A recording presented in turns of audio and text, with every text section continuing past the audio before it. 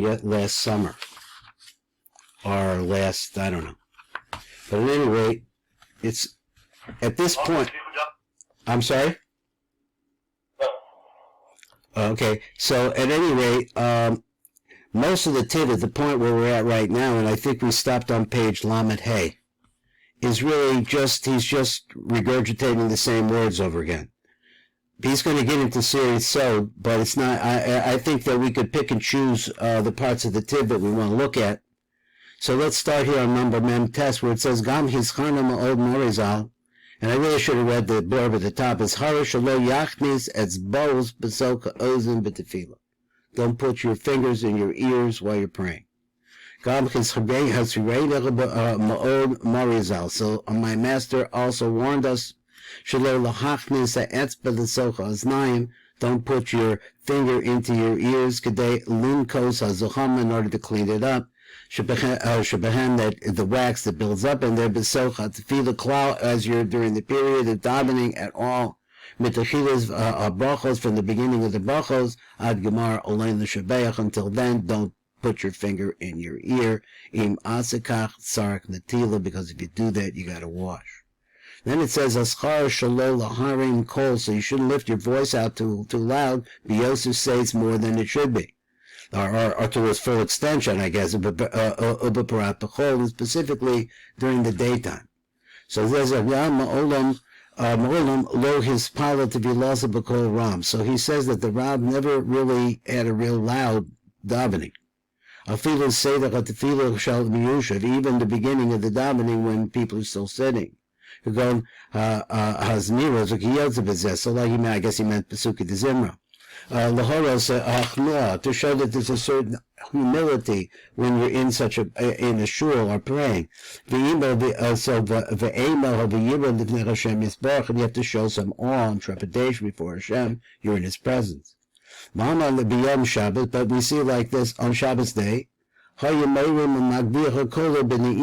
he had a beautiful way of raising the level of his voice.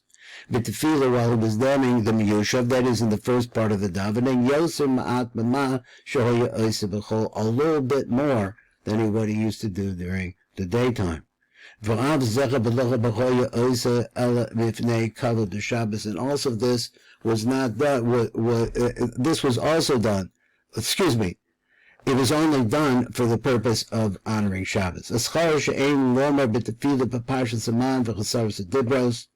Okay, Gam Chayisi Noheg Nomer B'Kol Boker. So every morning, this is Chaim Vital, the Rabbi Chaim Vital writing. He says B'Kol Boker Kolam B'Tefillah before Tefillah Parsha Saman V'Service Dibros. I used to do that. I had a lot of different pieces that I used to say. But my master, that is the Rav, told me not to do it. Shalom Omram. He told me to hold back. He said, don't say them. Specifically that. Hiskir Li Tam Shaldava. So then he mentioned to me the reason for this.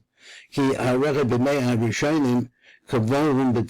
because in the early days of our ancestors, he says it was fixed there with the tefillah.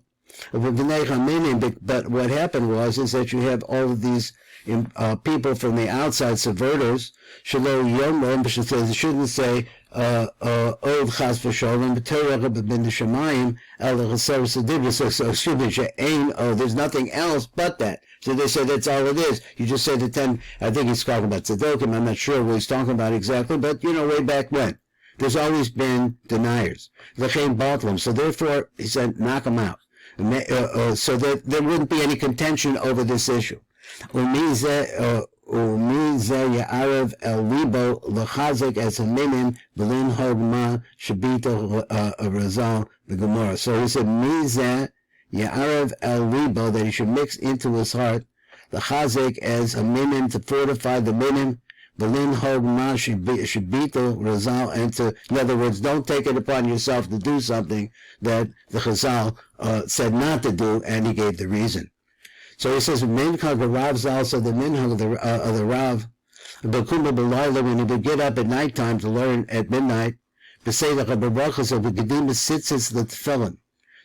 this is an Inyan at some time, Inyan Morizal, B'kulma b'layla, we get up at nighttime. Af im choya kodem or hayom, even if it was still dark. Choya misader kol brachos shel shachar, he would organize or start to say all the brachos of the morning ad parshas Akedah, and that's how he would start like that until he got to the Akedah. V'achar kach, then at the point of the Akedah, choya korva is a B'tari, he started learning. When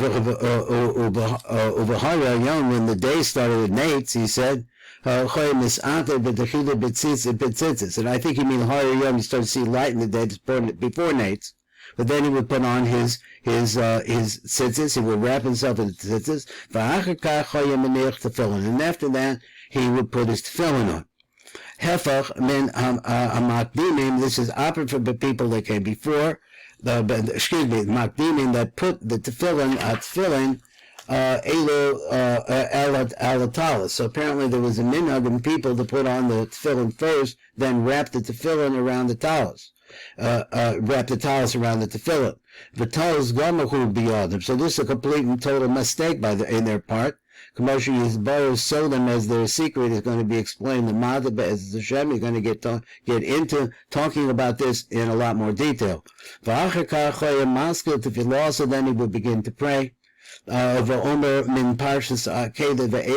he would say some prayers between Parshas Akedah and onward.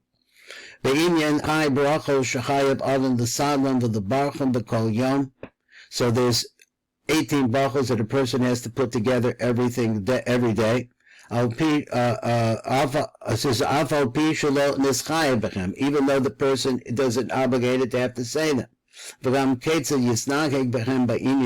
So also, how does it work with the inyan amain? And also, where do we see a remiss to this? So it says, "Kol ha'hai baracha sheyesh min netilas yadayim ad sof birchos haTorah."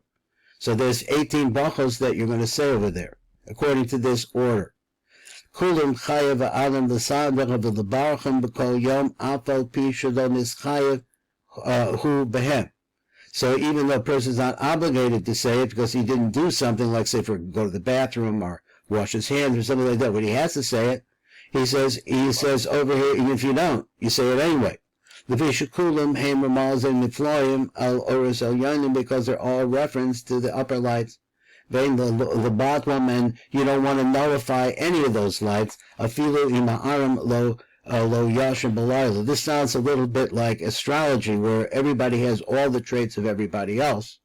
So, but the fact is that they're meyuchad, and so therefore they represent lights that are coming from up above, and even though it's not shining on you now, that's what I see as a metaphor. Okay, anyway, Oim lo haser mitznafta, or he doesn't take off his turban, or begadov, or sudro, or I guess his sweater, or something like that, or his shoes. He's not doing any of those things.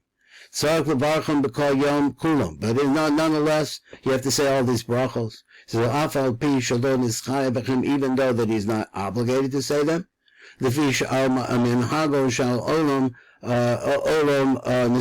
because they really have to do these brachos with the way that the world turns.